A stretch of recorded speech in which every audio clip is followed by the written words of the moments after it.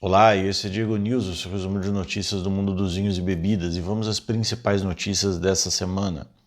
Na contramão de muitos resultados negativos que vêm sendo apresentados por vários países e regiões importantes da produção de vinho, o LOA divulgou dados das suas exportações do ano de 2025 com um crescimento apresentando os melhores resultados desse século, desde o ano 2000. A região exportou em 2025 um total de 410 mil hectolitros de vinho, com um valor total de 210 milhões de euros.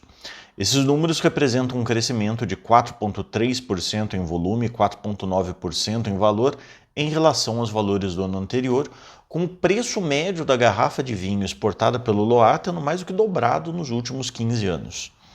Os principais mercados para o vinho do LOA são a Alemanha, que aumentou suas compras em 10%, em valor, e 4,6% em volume, seguido dos Estados Unidos, Reino Unido, Canadá e Bélgica, o que mostra que existe aí caminho para regiões tradicionais produtoras encontrarem, desenvolverem mercados, trabalharem a premiumização e continuarem ganhando espaço. Essa semana, o sommelier Mirko Rainer, do Südtirol, estabeleceu um novo recorde mundial de sabrage, abertura de garrafa de vinho com espada. Ele sabrou 96 garrafas em 1 minuto, quebrando o recorde anterior, que era dele mesmo, de 68 garrafas, estabelecido em 2023. A ação, que aconteceu com o apoio de um produtor de espumantes, teve as 96 garrafas e o sabre utilizado para o recorde leiloados depois, levantando fundo para uma instituição de caridade, arrecadando aí quase 15 mil euros. Essa é a terceira vez que o sommelier Mirko, que gerencia vários restaurantes ali na Suíça, estabelece esse recorde, sendo que a primeira vez tinha sido no ano de 2014, quando ele sabrou 64 garrafas em 1 minuto. E uma pesquisa aponta uma tendência de crescimento da demanda por vinhos espumantes nos próximos anos. Dados da Maximize Market Research apontam que o mercado global de vinhos espumantes deve passar dos atuais 50 bilhões de dólares para cerca de 70 bilhões de dólares em 2032. Isso daria um crescimento médio anual aí de 4,8%. Esse crescimento tem forte influência de mudanças de hábitos de consumo por conta do consumidor, buscando vinhos de maior qualidade, incluindo vinho espumante em ocasiões fora das ocasiões festivas, em aperitivos, happy hours e mesmo no consumo corrente.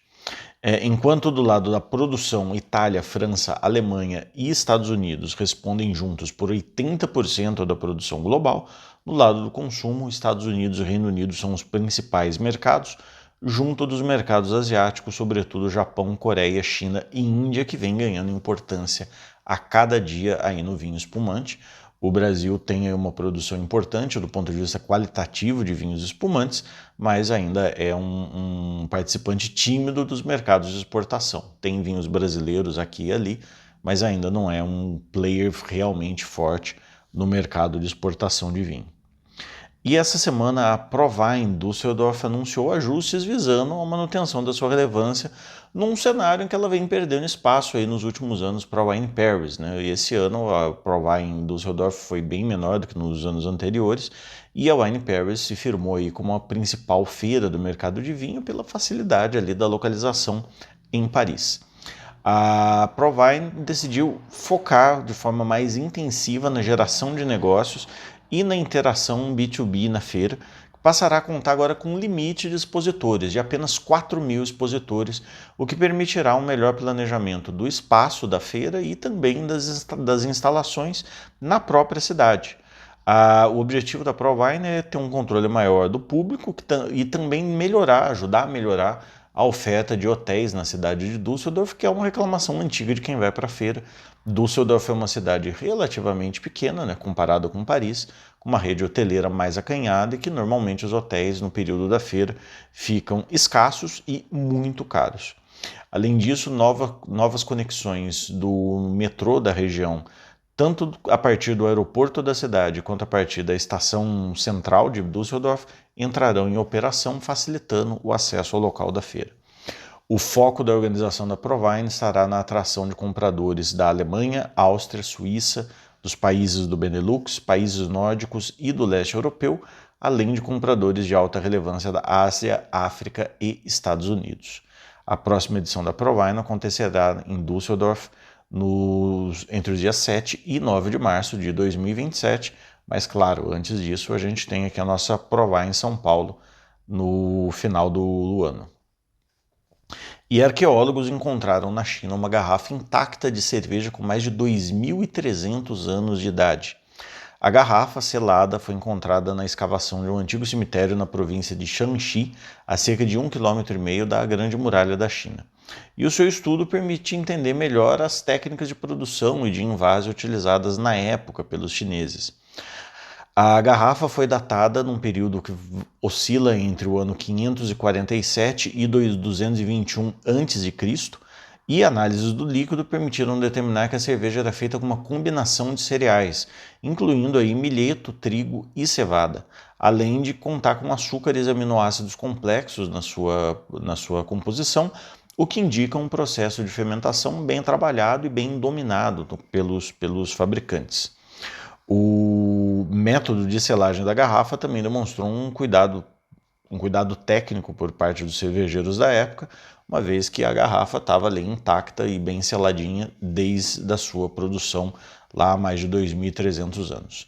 Descobertas como essas são sempre a abertura de uma porta para entender melhor a produção dessas bebidas em tempos antigos.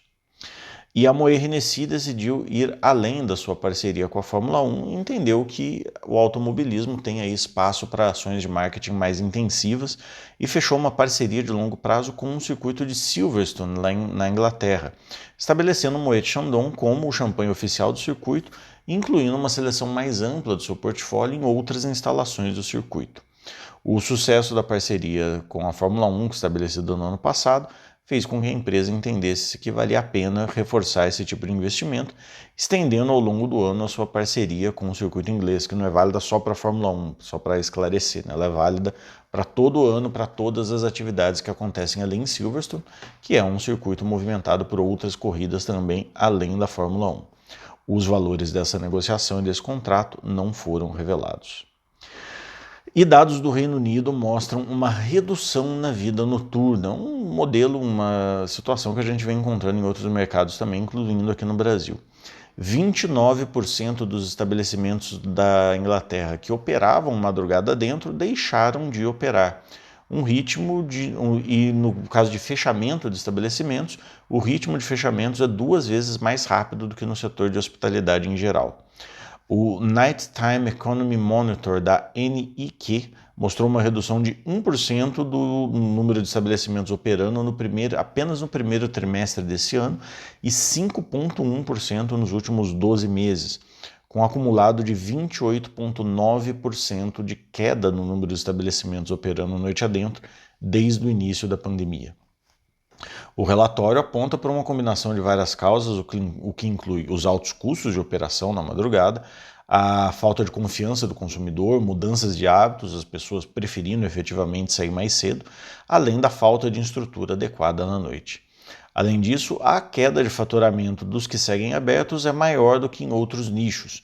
O relatório aponta para pontos positivos, com o crescimento do movimento de bares temáticos, além da maior resiliência de negócios independentes que têm maior flexibilidade para adaptar suas operações sem depender das políticas de grandes redes.